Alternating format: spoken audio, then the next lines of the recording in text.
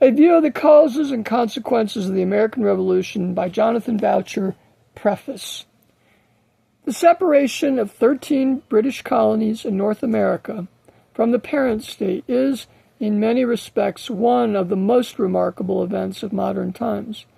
Till the present Revolution of France, it was, in some points of view, without a parallel in the history of the world. The downfall of the ancient monarchies was preceded by causes and effected by means which were not wholly inadequate to the event. To their tyranny the Tarquins owed their expulsion, and to a system of government which was at once oppressive and feeble, Spain may ascribe her loss of Holland and the kingdom of Portugal.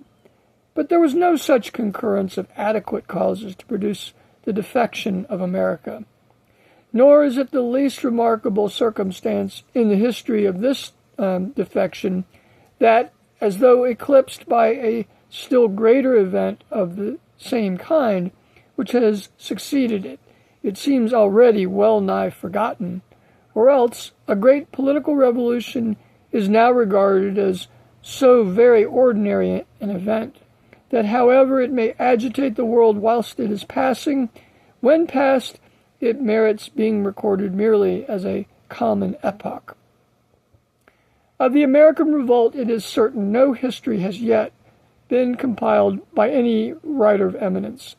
It is true, several have attempted it, and with abilities, it may be, not inadequate to the task, but they have failed from not having made it a part of their plan to trace to any considerable extent either its causes or its consequences. These writers, therefore, it is probable, will think it no reflection on them not to have performed what they did not undertake. Yet without such investigations, even novels, when well written, may be not less instructive than real history, which is preferable to fiction, only from its exhibiting a view of the fermentations and conflicts of human passions and human reason, drawn not from the imagination, but from real life. The want, however, of a spirit of philosophical investigation is by no means the strongest objection that may be urged against the historians of the American Revolt. A much more material objection is that, with hardly a single exception, they have been party writers, some bias and some leaning towards particular principles, and even towards particular men. It would hardly be a merit, if it were possible, in any political writer not to have. An historian is ignorant or negligent of his duty only when his work appears in its most prominent features to have been written with the direct view of serving the purposes of his party. The first of these historians, in point of time, is the Reverend James Murray of Newcastle upon Tyne. So early as 1778, during the war, he published what he called an impartial history of the present war in America in 2 volumes. This history, besides being extremely partial and inflammatory, is so very ordinary and mean a performance as to be totally undeserving of criticism or animadversion. In 1785, John Andrews, LL.D., published an History of the Late War in 4 volumes.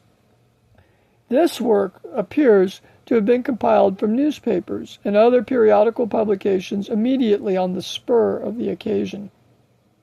It exhibits little personal knowledge either of the controversy or of facts, no acuteness of observation, nor any marks of deep and close thinking, and seems to take part with the Americans only because theirs was then become the popular side, and because also the author found the largest stock of material on that side already prepared to his hands.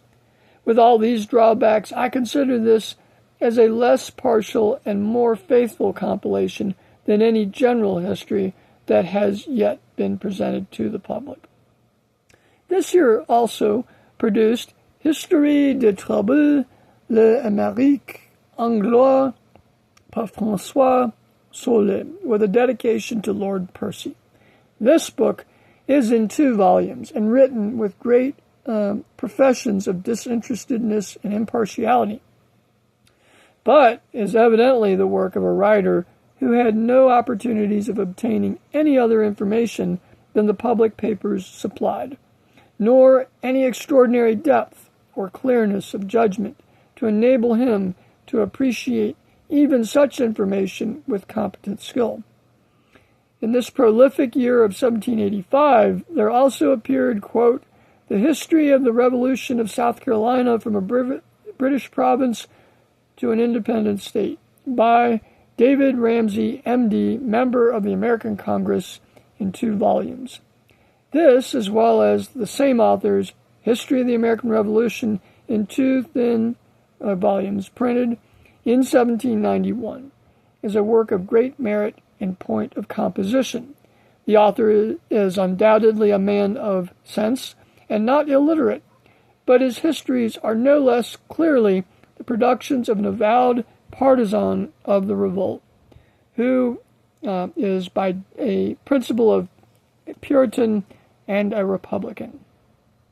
It was not until 1788 that a work of great profession and promise, the design of which is avowed to have been conceived in 1776 and was announced to the public even before the termination of the war, was printed. It is entitled The History of the Rise, Progress, and Establishment of the Independence of the United States of America by William Gordon, D.D., in 4 volumes. That this work is at least decently written will be readily acknowledged, and also with more information and perhaps more fairness that any of the author's predecessors have to boast of. But it must also be acknowledged that, resembling in this some much more celebrated histories by another eminent doctor of the same church and country as Dr. Gordon, it was palpably written on purpose to be sold. Of course, the author combats no popular opinions or prejudices. He appears indeed very seriously to think that the vox populi is truly vox Dei, and affirming it as a fact that the voice of the people of America was in favor of the revolt. In being its advocate, he cannot be charged with sacrificing any sentiments of his own merely to passion for popularity.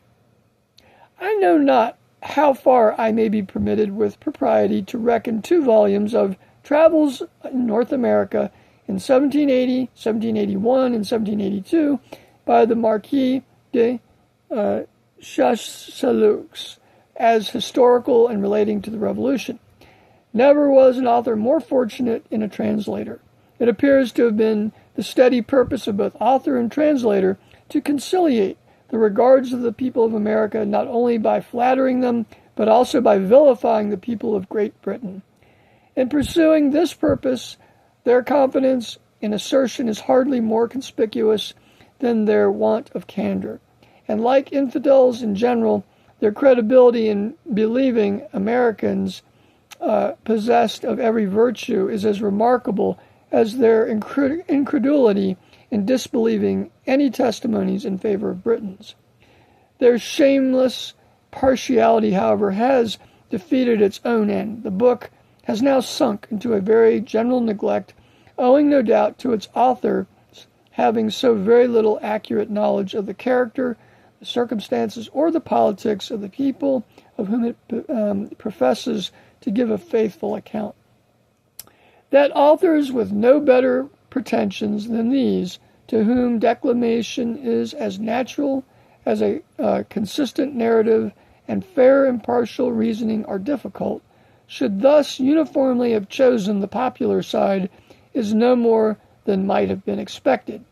But the highly and justly esteemed writer, to whom the world is indebted for the historical article in the Annual Register, should have lent his aid to give some prospect of permanency to the mere party colorings of distempered times, and should, instead of obtaining an honorable niche in the temple of fame, be contented to be classed with an ignoble herd.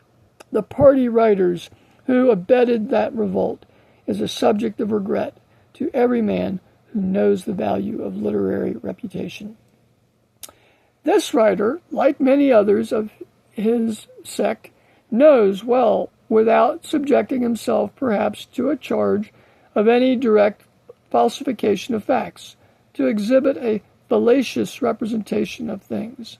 His method is to bring forward with great care and zeal all this in favor of the party whose cause he espouses, whilst with no less care and zeal he keeps back everything that is averse to it. The objections and cavils of the opposition are stated in their utmost strength, but he hardly deigns to notice how constantly and satisfactorily the futility of their objections are shown by the friends of government. I well remember that for a long time the compilation of this part of that valuable periodical publication was attributed to Mr. Burke. This surmise, of which no secret was made, no one ever confirmed or refuted by any direct and clear avowal or disavowal. But whether the compiler was or was not Mr. Burke, or connected with Mr. Burke, it will hardly be denied that he has taken the same line of conduct as that great man. No individual defended the American Revolution or reprobated that of France with more zeal than Mr. Burke. And the historian in question, according to his abilities, which were not overrated even when his productions were laid at the door of Mr. Burke, has done the same. During the continuance of the contest, it seemed to be a part of the warfare that each party should misrepresent and vilify both the cause and the espousers of the cause of their opponents. This, it is probable, is in some degree the case in all wars, but the propensity was particularly strong and virulent in the American War, and was the more inexcusable as both parties, even in the moment when they were most guilty of it, were conscious that their indiscriminate abuse of each other was unwise and unjust, and such an indignity as I fiercely believe either of them would have resented if practiced by any but themselves. But it should be recollected that the American War was not a war of conquest or to repel insult or aggression, but merely a party contest. And who does not know that misrepresentation and abuse are the usual weapons of the partisans of parties? In speaking of party in this case, I speak indiscriminately of all those persons who in any manner abetted the cause of the insurgents or took part with the friends of government, but with little consideration of the side of the Atlantic on which they dwelt. Indeed, I know not how, with any show of justice, to dissociate the views of the actual revolters in America from those of their abettors in Europe. If we may judge from their zeal and their exertions, their interest in its issue must have been equal. The former, it is true, in addition to the inflammatory speeches and writings, fought in defense of their cause. Still, it is not easy to determine whether more was done in America or in Europe to promote its success. Much to the credit, however, of both parties, the meanness, the malignity, and the mischievousness of this petty kind of war have now long been discontinued, and the great body of the people in both countries now have the spirit as well as the wisdom to speak of each other as there is reason to believe they always thought. And in God's name, let the contrary conduct be left to those numerous swarms of restless men who are as naturally engendered in free governments as serpents and other fierce and noxious animals are in warm climates. To such men it is sufficient objection to the whole of any government that in some of its parts it is imperfect, and in any instance corrupt. Their taste, like their talents, is directed only to the pulling down and their reforms terminate in destruction. They are also as active and persevering as they are dangerous. Those of them who reside in Great Britain, taking pleasure only in revolutions, unsatiated with that of America, and even with its gigantic offspring, the Revolution of France, have long been and still are equally industrious in fostering a similar spirit of discontent and disunion in our sister kingdom of Ireland. And their brethren, the malcontents of America, were never more violent in their opposition to the existing government whilst it was vested in Great Britain, till indeed they actually rebelled, than they have uniformly been to that which they themselves set up in its stead. This revolutionary spirit has been, if possible, still more unequivocally displayed by the countenance and encouragement which, with alarming steadiness, the persons of this description in both countries have uniformly given to the revolters in France, though it is hardly possible that they should feel any other interest in that revolution than in hope and persuasion that it will be favorable to other revolutions, and hope in which there is, alas, far too much probability that they will not be disappointed. It is not to be denied, however, that shallow and deceitful as the pretenses of such patriots generally are, popularity still does in no ordinary degree attach to those of them who, on the pretense of the liberties of the people, disturb the settled order of government, a pretense to which artful men in all ages and countries from the beginning of time have always had recourse, and never without some degree of success. For it is a pretense to which multitudes still listen with pleasure, though conscious that it has very rarely, if ever, been realized. From this common habit of professing great zeal for the liberties of the people, even historians are not exempted. If they were, interest alone would lead all those of them over whom interest has its usual ascendancy to consult popularity by affecting it.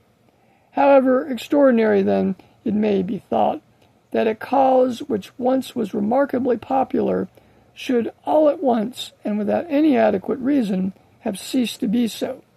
It certainly can be no matter of surprise that when it did become such, historians should in general have taken the popular side.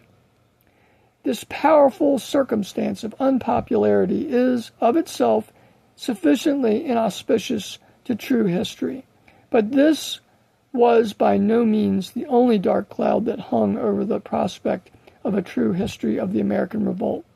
Long before the contest was abandoned, many persons who at first earnestly and sincerely reprobated the revolt came in time to be overawed by the apparent difficulty, if not impossibility, of subduing it, and they brought themselves to think that if the war were to be persevered in, even its final failure of success in America might not be the most disastrous event which might befall them. Towards the close of the war also, it suddenly became as unpopular with the nation in general as at first it had been popular.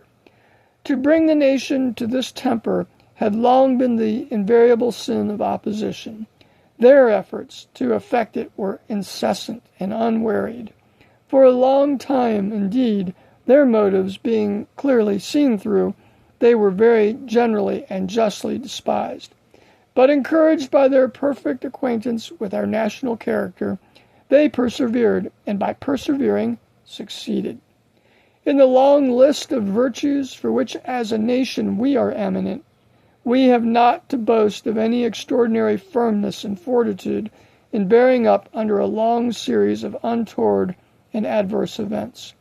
The wisdom of any measure is estimated almost solely from its consequences, and a successful minister rarely escapes the charge of incapacity, and the single circumstance of a want of success is not unfrequently urged, even by cool and sensible men, as a sufficient reason for the displacing of a minister. Many good judges, however, who were not party men were of opinion that the ministers who then directed the national councils, in addition to their ill success, were merely unequal to the management of the arduous business which was then imposed on them. In such conjunctures, men only of commanding talents, who at any cost and by any means can and will enforce success, should be stationed at the helm. Men who are in the habit of being guided in their conduct by the sober deductions of cool reason are easily overpowered by din and clamor, and in the midst of confusion they themselves become confused. This was palpably the case of His Majesty's ministers during the war with America. They were so stunned and nearly stupefied by the cavils and thwartings of opposition in Parliament that no leisure was left to them to think of and attend to other things as they ought.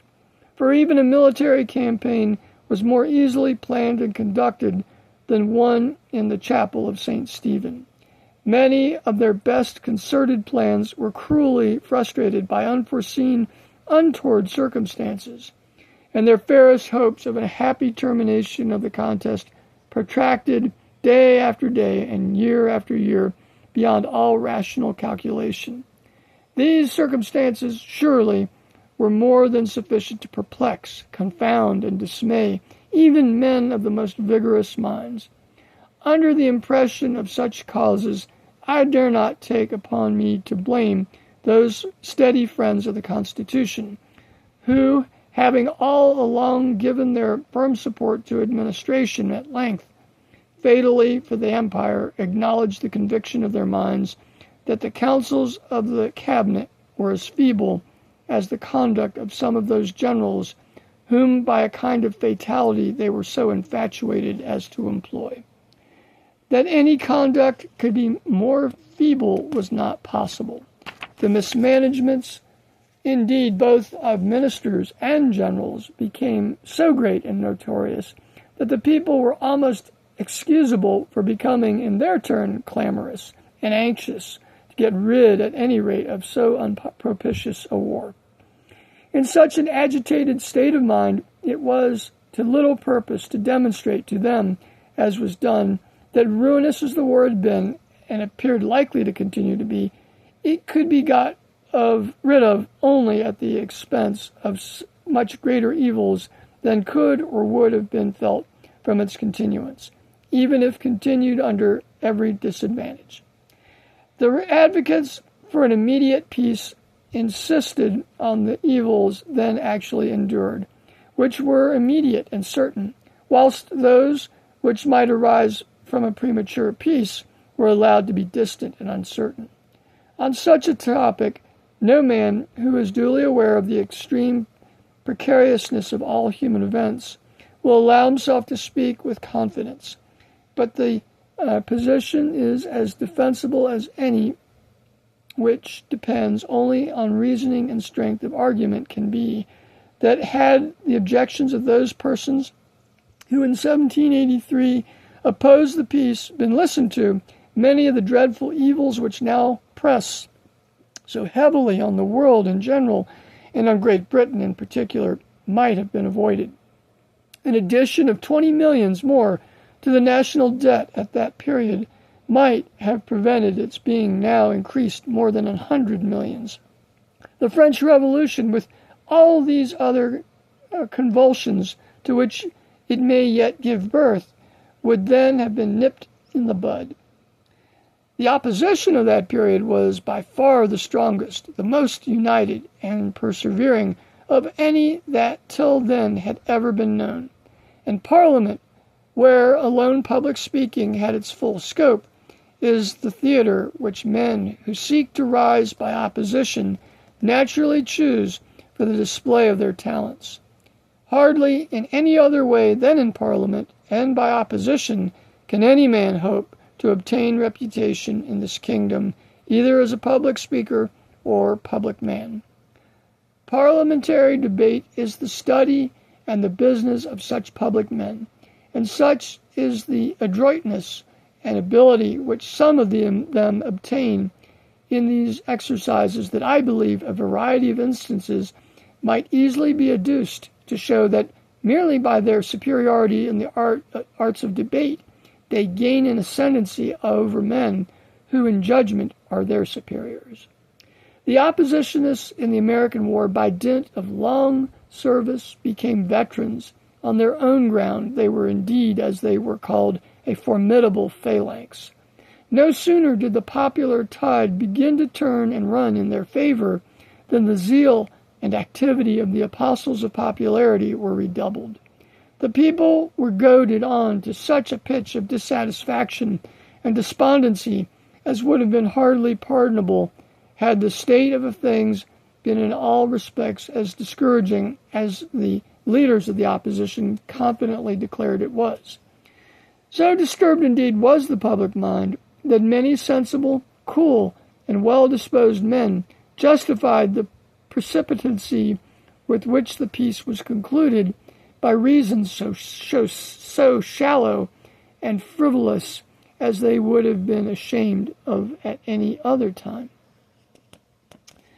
Few points in politics are more familiar to a British ear than a change of ministry. Yet, however common, it never can be a matter of slight moment. It really is in itself, and people have been trained very generally to think that it is, something like a revolution in miniature. The same means that we use to overturn a government are practiced on a smaller scale to turn out a ministry. These means in general are the involving government in inextricable difficulties. In various points of view, frequent changes of ministry do harm to a country, whilst they appear to do good only in one. The greatest evil arising from them is their inuring the minds of the people to revolutionary ideas, and it is a refinement of judgment hardly to be expected from the mass of mankind that they should think it a merit to turn out a minister, but a demerit to resist the sovereign by whom that minister was employed. Whilst the only way in which it can possibly do any good is by withdrawing the minds of the multitude from persons and objects of still greater consequence, as mariners with the view of keeping a whale from the ship are said to amuse him by throwing out a tub, the persons who are usually most active in the displacing of ministers may, it is possible, be satisfied with dispossessing them of their places, and then obtaining them for themselves. But what assurance can they have for relying that the people by whose instrumentality the dismissal was effected will also be satisfied? Is there no reason to apprehend that, having once learned how much it is in their power to reject or retain persons in high stations, they may not always wait to be directed when they shall or shall not exercise it?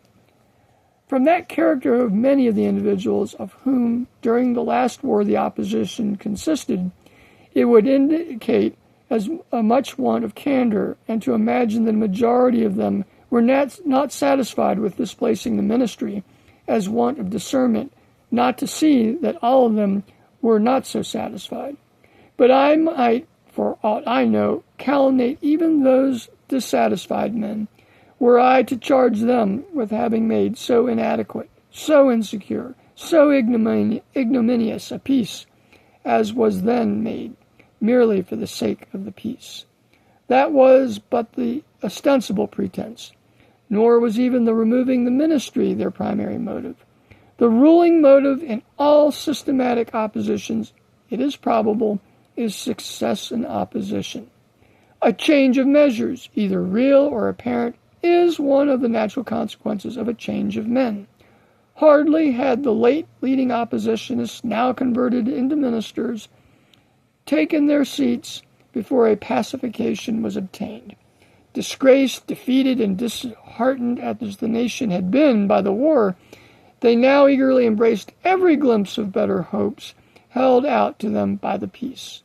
Of course, the impolicy of the late war and the policy of the peace were the favorite topics of the new ministers, and as every peace, however destructive it may ultimately be in its consequences, brings something like a respite from the pressure of instant danger. There was nothing very extraordinary in the peoples having now become as enamored of peace as just before they had been of war. Not only the conduct of the war was reprobated, as it well might be, but the war itself.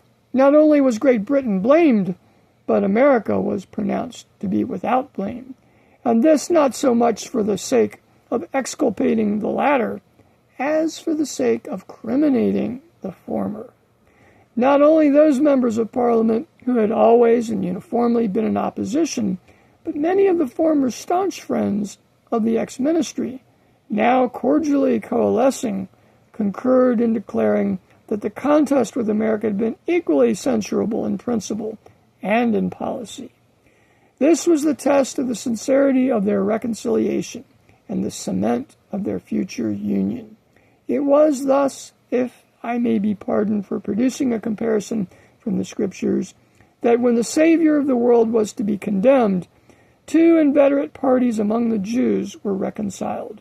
And the same day, says the sacred historian, Pilate and Herod were made friends together, for before they were at enmity between themselves.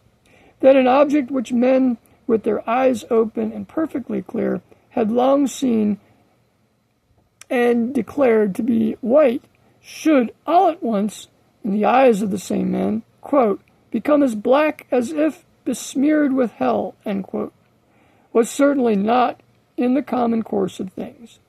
But a charge of inconsistency was little regarded by the majorities, which now, once more, soon and easily, attained their usual standard in Parliament.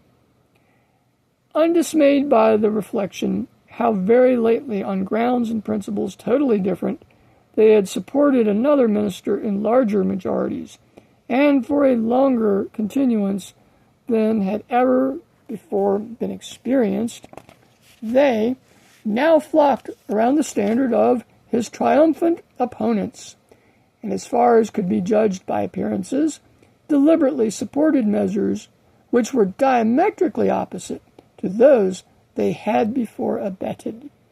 The ex-minister himself was now indeed sunk in the deep profound of that mysterious union of parties which has been emphatically called the coalition, and with him his party sunk to rise no more. Ever since that fatal period, it has been the fashion with public men of all parties and descriptions to speak of the American war just as we do the gunpowder treason or any other event which is regarded as a foul blot in the history of our nation, an event which we regret that it is impossible totally to forget. And as though the patriots of both countries had some particular interest to serve by so extraordinary a course of proceeding, or as though in any quarrel, public or private, it had ever been known that blame attached to only one of the parties, they refused to listen to any arguments or to receive any proofs which might induce a doubt of their confidence being ill-founded. The Monument of London is not more confident in its assertions that the Papists set fire to that proud city than every man who has any pretensions to patriotism, whether on this or that side of the Atlantic. It is in asserting that to the tyranny only of Great Britain the revolt of America is to be ascribed. It may perhaps be thought a sufficient apology for those some exalted personages who have since held, and some who still hold, high stations under government, that were they not now to condemn the part which this country took in endeavoring to coerce America, they must condemn their own former conduct. These facts are to be falsified and truth suppressed, merely to rescue a few distinguished characters from a charge of inconsistency. This is one of the great evils arising from our present parliamentary system of opposition. Whilst voting against ministers continues to be regarded as the test of patriotic principle, and the most direct and certain, if indeed it be not the only road to power, men of talents must necessarily come into office, and even into administration, to a certain extent gagged and bound. Men in private life and as individuals sometimes have the magnanimity to acknowledge that they have been in an error, but this is an exertion of fortitude hardly to be expected from men invested with public characters or from bodies of men. If, under the fair plea that, having altered their opinions on the thorough conviction of their judgments, they must in conscience alter their conduct, who knows not how little credit would be given to such professions, and with what foul reproaches they must be stigmatized for their supposed apostasy. But what public station in any free government can any man fill, either with credit or comfort to himself, who may be deterred from doing his duty by the apprehension of such reproaches? The distinguished persons here alluded to are not afraid to brave imputations infinitely more serious and awful than those which they thus hope to shun.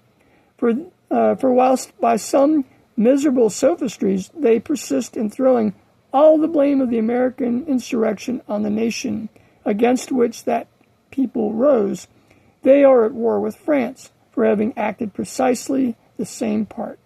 It is beyond even Mr. Burke's abilities to show that in point of principle there is a shade of difference between the American Revolution and the French Rebellion. That men of the most eminent characters, men conspicuous for their rank, station, and abilities, should, in points of such moment, have been so inconsistent as to defend in one instance the same principles and conduct which in another perfectly similar they condemn, and should do so without incurring any reproach by it, is a feature of the times on which no wise and good man can contemplate with satisfaction.